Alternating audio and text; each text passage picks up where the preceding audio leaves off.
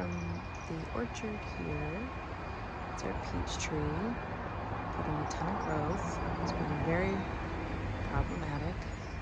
You can see it's very lopsided to start with, but despite my best efforts, spraying it with copper fungicide when it was dormant, it is showing signs of peach leaf curl, which are not great. I do have a peach. I have to tell you, I had no idea I even had one.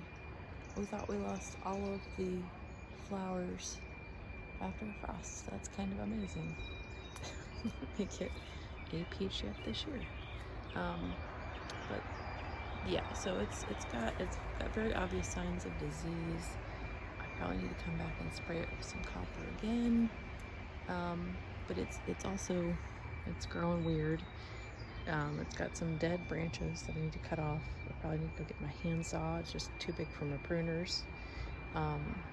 But this is a very vigorous tree, and so I can only guess that maybe its overzealous nature has caused it some problems, caused me some problems. Maybe not it. It also has had some bark splitting.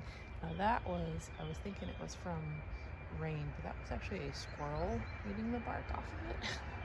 But it has had several episodes where we had a lot of rain in a short period of time, and then it had bark split in different places, and so that's probably also contributing to its problems. And then backing up, so you can see the apple tree. The apple tree has put a ton of growth on as well, no flowers. So this is year 3 in the ground and still no flowers, so I'm assuming it's waiting. Next year will be our year, right, apple? And around the bottom, I do have a sage here. I do need to replant these guys. They usually have a ton of ground cover, but clearly I don't have a bunch of perennial ground cover, which I probably need to invest in. And this is a pepper that I overwintered. Not super great looking. It was hanging on. And there's that one over there. So I'm just gonna have to throw them out here. And if they live and make peppers, great. And if they don't, that's fine too. This is a hardy kiwi, which is a mate to the one on the other end. These are supposed to be super aggressive growers and get up to be 25 feet long, which should take up the rest of the fence there. The other one has been very slow to grow, so it's not super happy. These guys, those are all my peas. Sugar Snap and Snow. And as you can see, and there's a little mint sneaking in from under the fence. Our groundhog friend came in and snipped off all of them. So we had a great couple days in the garden. Rhubarb. So yeah, I'm gonna just cut these down at some point and put in beans. But I was hoping to have a bunch of Sugar Snap and Snow peas. I will get none. I think there's literally one plant down here that she didn't snip off. There's a different type of mint. I believe the one at the top is a lime mint. And that might be peppermint. I'm not 100% sure. The Indian primrose here. Super rod. And this fig tree, I think, it did take a long time for it to wake up last year. But I think that the super duper cold temps may have killed it down to the roots, because I'm seeing, although that's coming from the stem and not the root, but I'm seeing new growth down at the bottom there, so that might be it. And then you can see we've got things like slugs and pill bugs eating the bark of my tree. So I'm thinking that this might in fact be dead, even though last time I cut it, I cut off the frost damage and it seemed to be alive under there, but I guess not. So that being said, figs are very tough, and we had a fig tree at our last property that we cut down basically to the ground, and it came back almost as big as it had been the year before, which is wild.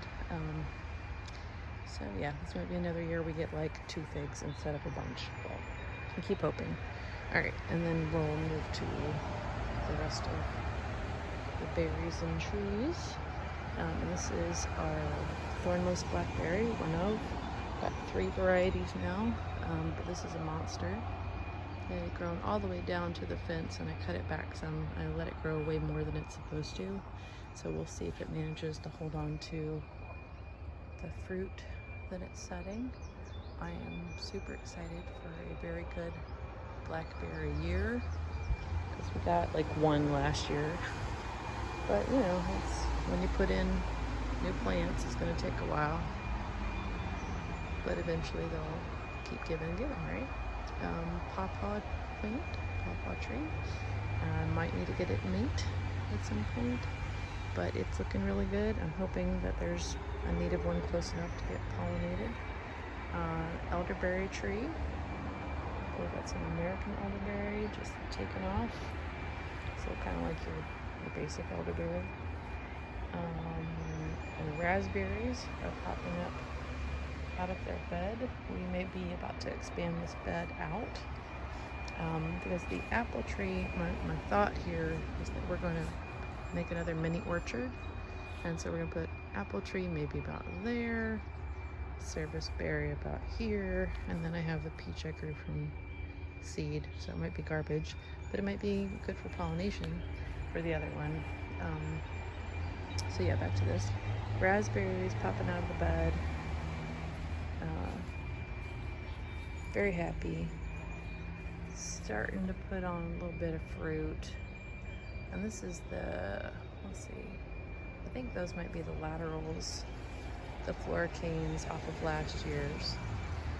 The blueberry, and this is the blueberry I got, I believe, from Aldi, so I've never known the variety, but it is, probably need to prop it up actually, loaded down with fruit, and it's going to be ripening up soon, not quite there yet. This is another variety, that is a blueberry, I don't remember.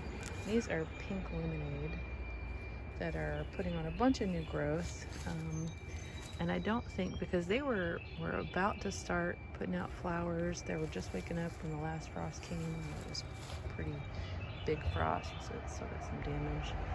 And so I don't think that they're going to put on flowers and fruit this year either. I think we had like one flower on one of them, but I think especially this one's probably going to get a haircut,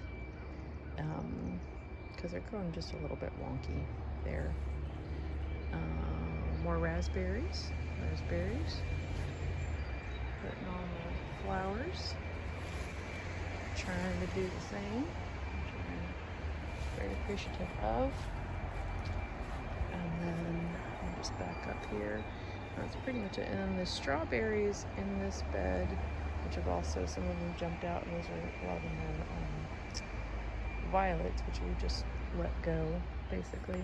But there's some strawberries that have come out of the bed as well. But a lot of what was in here is basically ground cover all last year, and